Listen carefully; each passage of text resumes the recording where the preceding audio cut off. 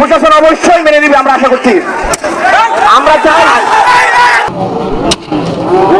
বসেন বসেন বসেন আপনারা একটু প্লিজ 1 মিনিট।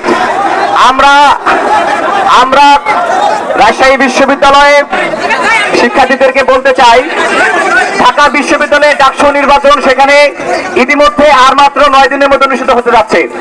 শান্তিপূর্ণ পরিবেশে সকল ছাত্র সংগঠন সেখানে অংশগ্রহণ করেছে। জাহাঙ্গীরনগর বিশ্ববিদ্যালয়ে আগামী 11 তারিখে নির্বাচন। জাহাঙ্গীরনগর বিশ্ববিদ্যালয়ে খুব শান্তিপূর্ণ নির্বাচন হচ্ছে।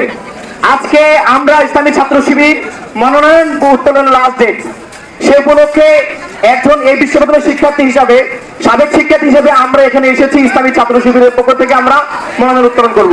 কিন্তু আমরা দেখেছি এর আগেই বিশ্ববিদ্যালয়ে